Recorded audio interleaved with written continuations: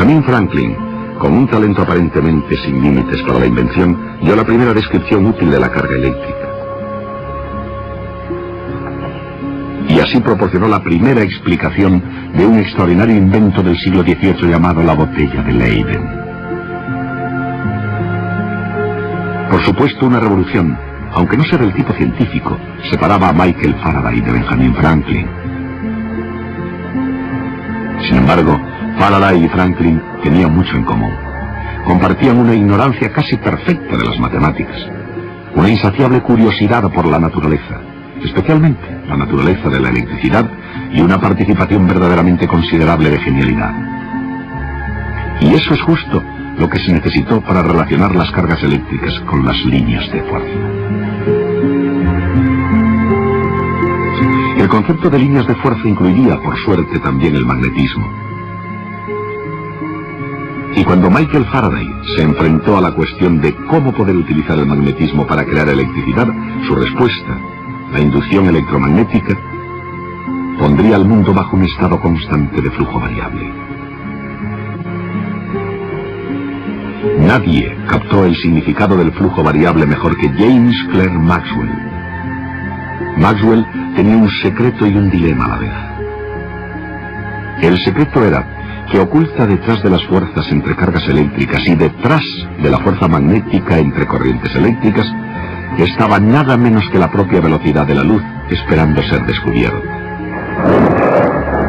El dilema era que, a pesar de toda la elegancia y la fuerza de las leyes de la electricidad y del magnetismo, las leyes de Gauss, de Ampère y de Faraday, había algo que faltaba.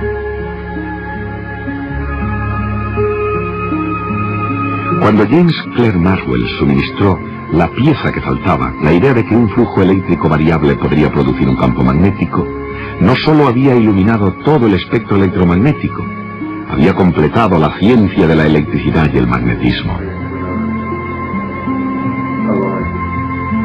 Fue un logro que rivalizó con la invención por parte de Isaac Newton de la propia mecánica clásica.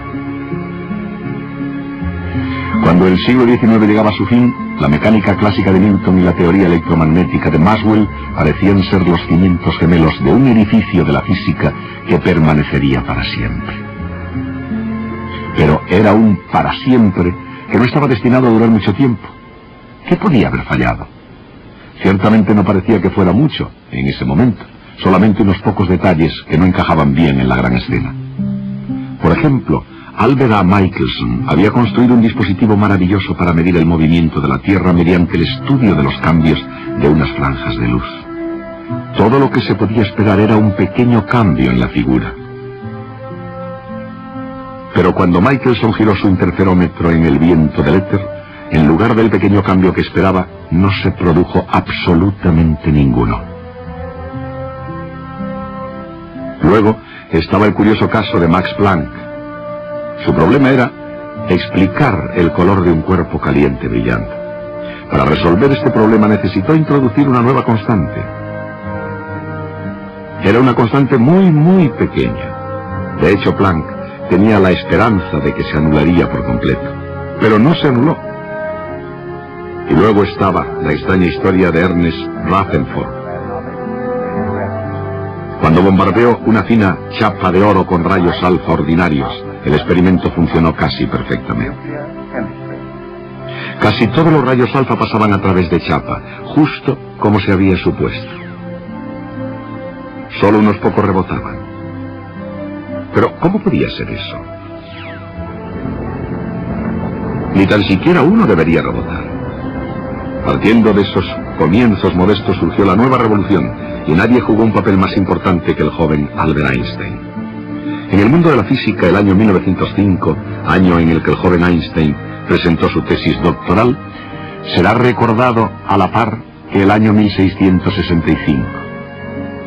Año en el que el joven Isaac Newton huyó a Lincolnshire para escapar de la peste que asolaba Londres y completó lo que fue quizás su trabajo más importante. Pero a diferencia de Newton, que utilizaba su pacífico retiro para encontrar las respuestas a las revolucionarias preguntas del pasado, Albert Einstein, en 1905, hizo descubrimientos que hicieron poner en marcha la nueva revolución.